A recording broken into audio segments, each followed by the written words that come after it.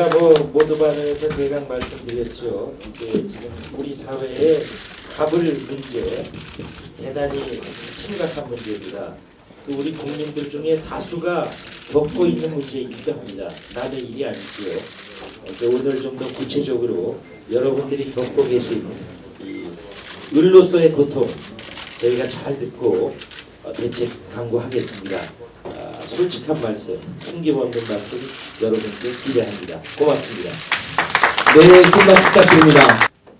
아무튼 저희가 작년에 합정동 홈플러스와 투쟁을 하면서 참 대한민국의 핫 이슈인 경제민주화의 상징으로 부각이 됐다는 거에 대해서 굉장히 저희 망원시장과 월드컵 시장 입장에서는 참 다행스럽다라고 생각합니다.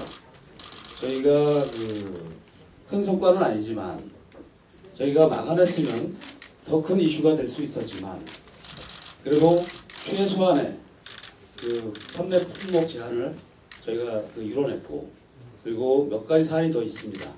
하지만 그것이 외부에 공개를 하지 않기로 협약이 돼서 저희가 자신 있게 공개를 하지 못하지만 그래도 저희가 상생 협약 차원에서 했던 것 중에서는 대형마트와의 싸움에서 최초의 단초를 제공했다는 점에서 큰 의미가 있다고 생각합니다. 그런데 사실 모자란 부분이 꽤 많습니다. 사실 지금 민주당에서는 월 4회 의무 휴업을 추진했지만 지난번에 유통법에서 새누리당이 어떤 그런 반대에 붙으셔가지고 월 2회 휴무로 정리가 됐다는 거에 대해서 굉장히 안타깝게 생각합니다. 사실 저희가 법에 정한 테두리 내에서 사실 저희가 지금 시장 상인들이 똘똘 뭉쳐서 열심히 하고 있습니다. 열심히 하고 있는데 제가 이어서 전단지를 잠시 보여드리겠습니다. 이성님 같이 보여주시죠. 대표님도 하나 드리고 보시고. 사실 대형마트는 위에 상부 조직에서 지시를 내려서 모든 것이 일사불란하게 움직이는 조직이지만 저희 망원시장은 88개의 사장님들이 각계의 어떤 사업을 영위하고 있는 그런 조직입니다. 그러니까 저희 여기 채소와 정육수산물, 과일 여러 개 코너가 있지만 여기에 점포들이 다 각계의 점포입니다. 상품도 다 틀리고 가격을 맞추기가 굉장히 어렵습니다.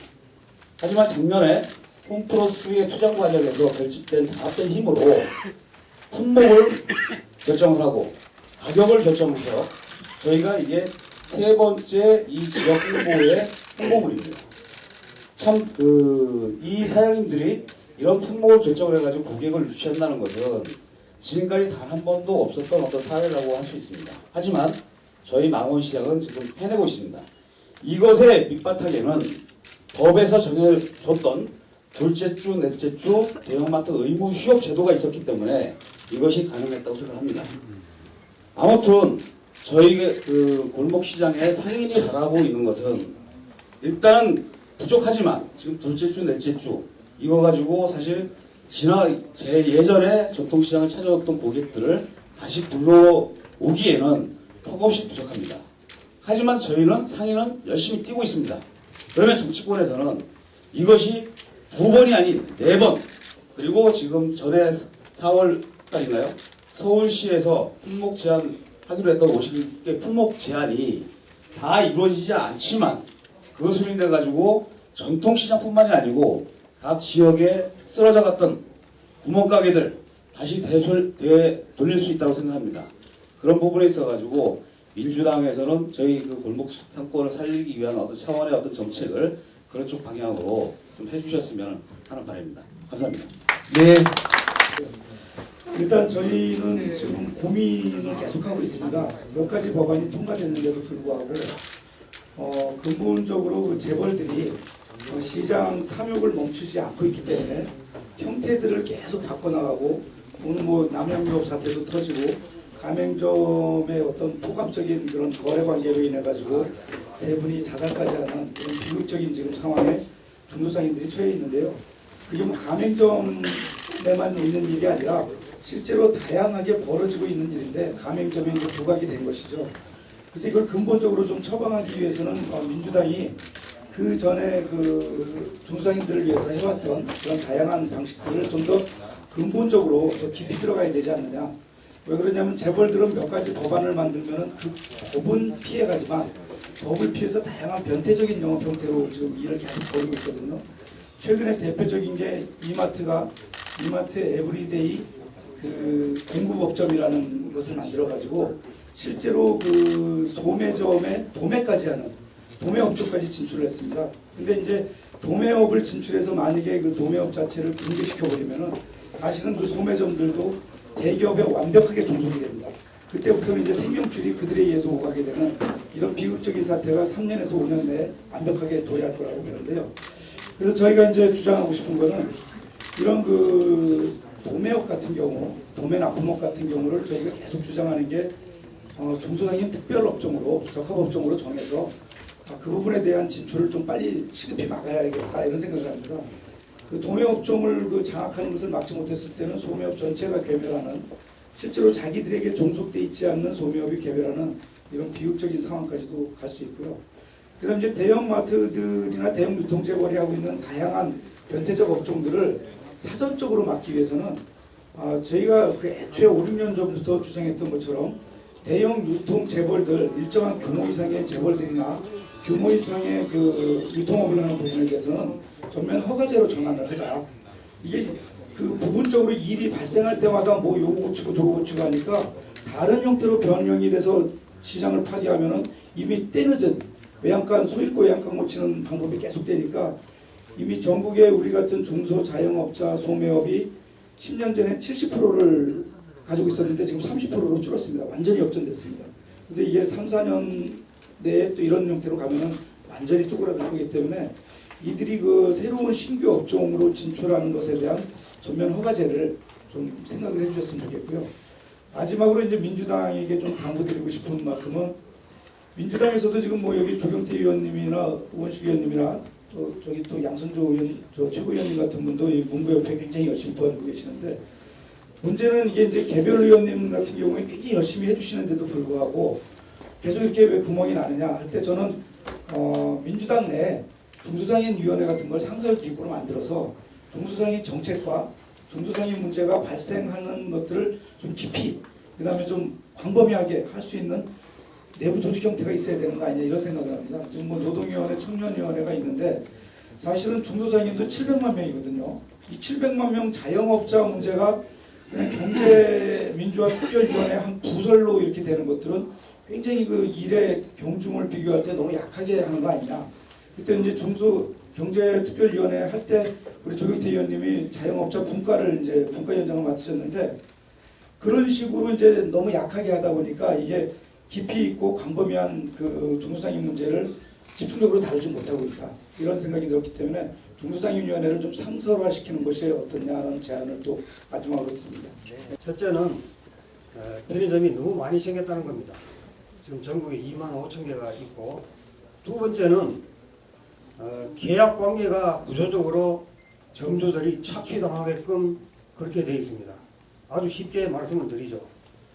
점주 56.3%가 최저 생계비를 못 벌고 있습니다. 56.3%에서 반은 100만 원도 못 벌고 있습니다. 내 식구가 살아가려면 얼마가 있어야 됩니까? 노동자들의 평균 봉급이 얼마입니까? 400만 원이 넘죠. 그래서 이 점주들이 인간 이하의 생활을 하고 있는데 이 2만 5천 개의 점포에서 착취해가는 돈이 어마어마합니다. 사람은 3명 죽었는데 그 본사 회장은 수십억 배당금을 챙겨가지고 갔습니다. 이게 몇백억씩 이윤을 남깁니다.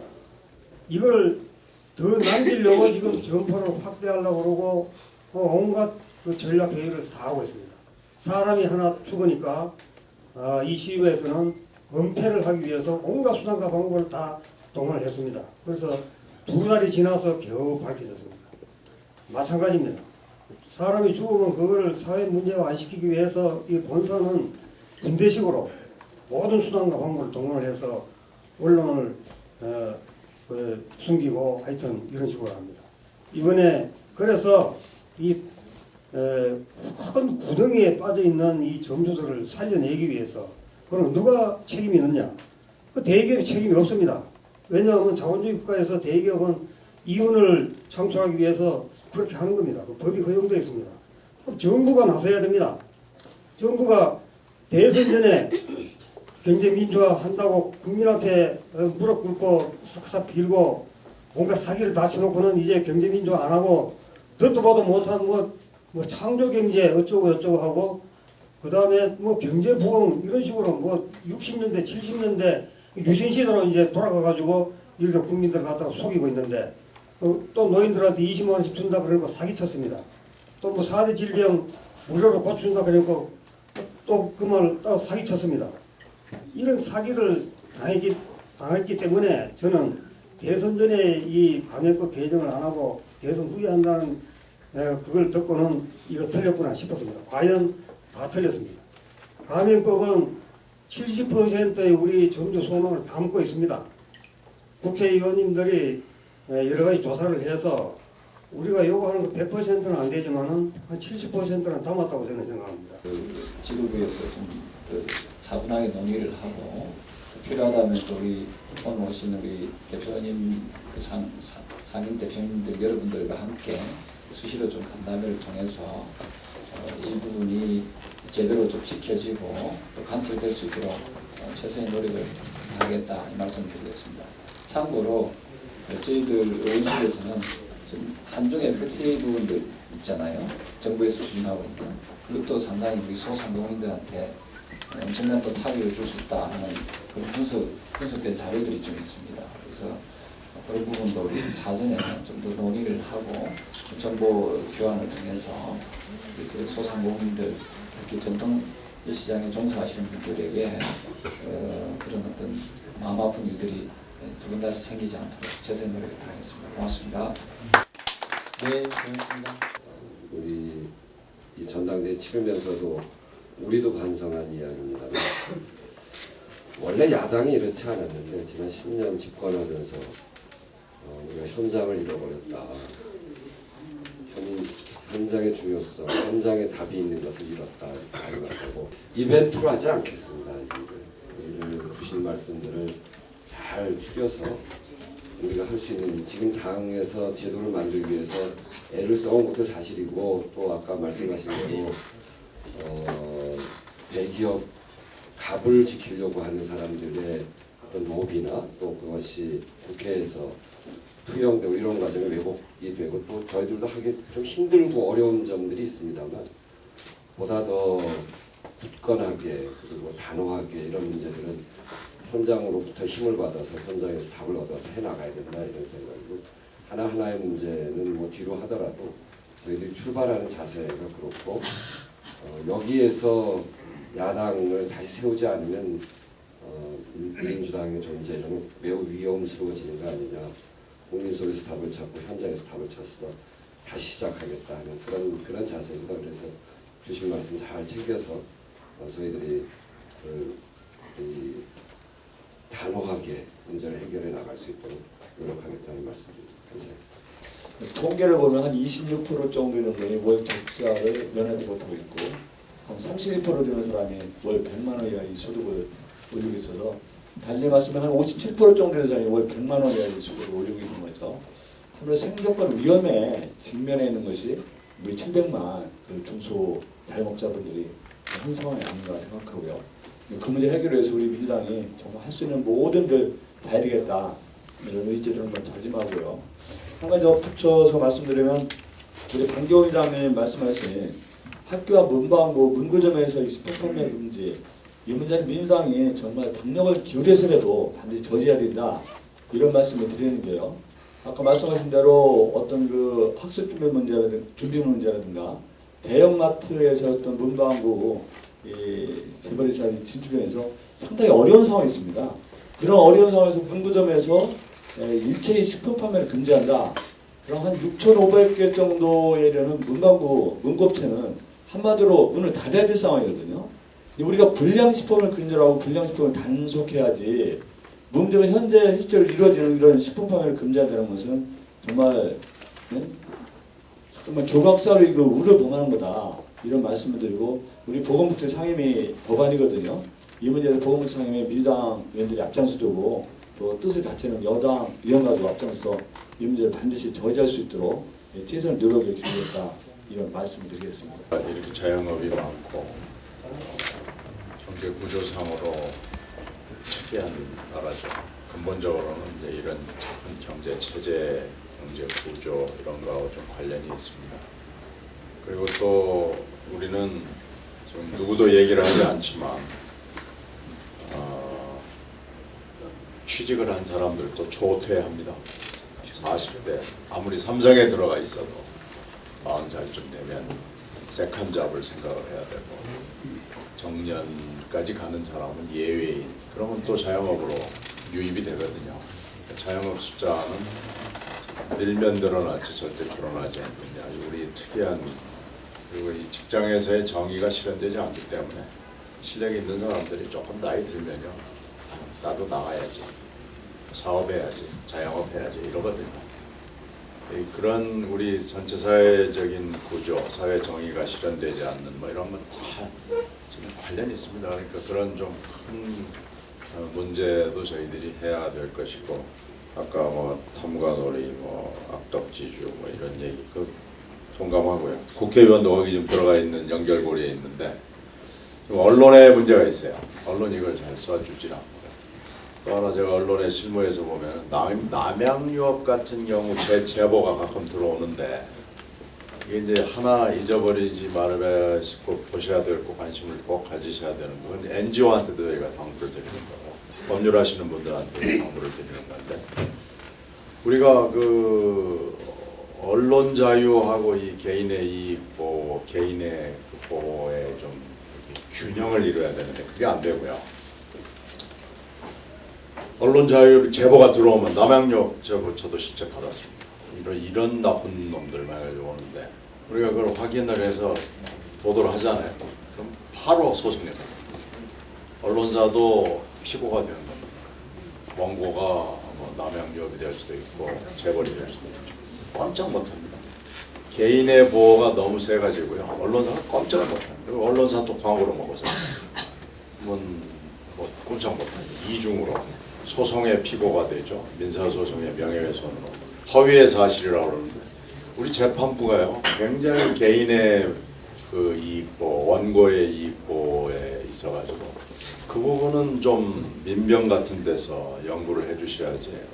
남양유업 보도 한번 나갔다가 회사가 쫄딱 망하는, 언론사가 쫄딱 망하는 이런 그 지금 민사소송의 구조와 소송의 구조에서는 언론을한테 너네들 똑바로 해라 이렇게 얘기하기 힘들고요. 언론이 반드시 문제가 있습니다. 그러니까 그것도 좀 이해를 하고 고쳐야 될 부분이고요. 그러니까 전체 경제적인 구조, 언론의 지금 구조, 그래서 언론 자유가 법적으로 그러면은 구현이 되려면은 뭐 이런 여러 가지 문제들이 해결이 되지 않으면 안 되고요. 그러니까 언론이 광고로부터 자유로울 수 없는 이런 구조도 그러고. 그래서 사실은 우리가 굉장히 어려운 환경이 있고요. 또 하나는 국회에서 보면은요, 마틀렉을 여당이 여러 군데 심어 놓습니다. 지금 그 언론이 그걸 잘 보도를 안 해줍니다.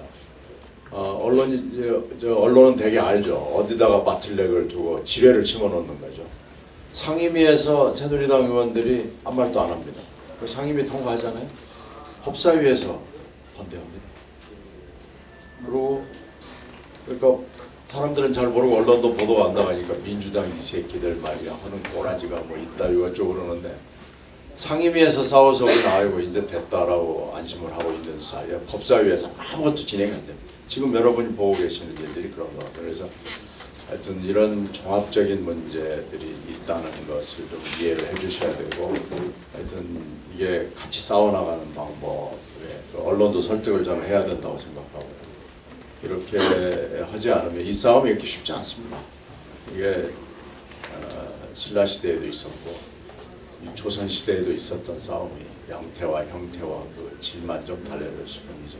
아까 말씀하신 그거에 제가 전적으로 동감을 하면서 우리가 좀 인식의 그런 이게 쉽지 않은 싸움이다라는 걸 공유하시고 민주당을 욕하시는 건 좋은데 현실적으로 해야 되는 걸 좀 알아주셨습니다. 강론으로 말씀드리면 이제 동방선장위원회에서 지정하고 있는 중소기업 적합업종 문제 그렇게 되도록 노력하겠고요. 그것이 이제 지정돼도 법적 근거가 없기 때문에 사실 강제성이 없잖아요. 그것도 우리가 제대로 한번 해보겠습니다. 전통시장 경쟁력 제고를 위해서 시설 협조와 경영 혁신 등에 우리가 더 많은 신경 쓰고요. 그렇게 되도록 하겠고요. 프랜차이즈법은 원래 어제 통과됐으면 참 좋았는데 최대한 빨리 하겠습니다. 예. 아까 제가 아침에 말씀드렸잖아요. 우리 민주당이 이제 을을 위한 정당으로서의 역할 제대로 하겠습니다. 갑을 위한 정당이 어디고 을을 위한 정당이 어딘지 다 아시잖아요. 우리가 다만 을을 위한 정당이란 말을 아직까지 쓰지 않았던 것이죠. 아까 우리 변호사님 지적하신 거 다 아프게 새겼고요. 이제는 그래도 민주당 잘한다 또 격려도 해주시면 더 잘할 거거든요. 열심히 하겠습니다. 고맙습니다. 네, 대표님 감사합니다. 자, 을이 주인이 되는 세상을 위하여! 위하여!